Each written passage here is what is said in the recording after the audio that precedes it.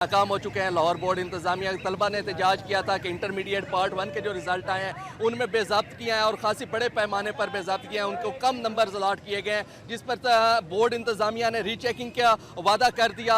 दरखास्तें मौसूल होना शुरू हो गई, लेकिन तलबा फिर भी मुतमिन नहीं हुए। गुज़श्ता रोज़ जो फैसला किया गया लाहौर बोर्ड की जानिब से कि जितने तलबा जिन्होंने प्राइवेट कॉलेज के थ्रू इम्तहान दिए थे, रेगुलर स्टूडेंट्स थे, तो वो अपने कॉलेज में ही एप्लीकेशन दें रीचेकिंग की और अपने प्रिंसिपल से रिड्यूस करें और प्रॉपर उस तरीके से जो एप्लीकेशन आएंगी। लेकिन तलबा को इस हवाले से मुतला नहीं किया गया और आज जब स्टूडेंट्स यहाँ पर पहुंचे तो उनको ये कहा गया इंतजामिया की जानिब से कि आप अपने कॉलेज से रजू करें, जिस पर तलबा एक बार फिर मुश्तिल हो गए हैं और लाहौर बोर्ड के खिलाफ नारेबाजी की जा रही है यहाँ पर तलबा की जानिब से।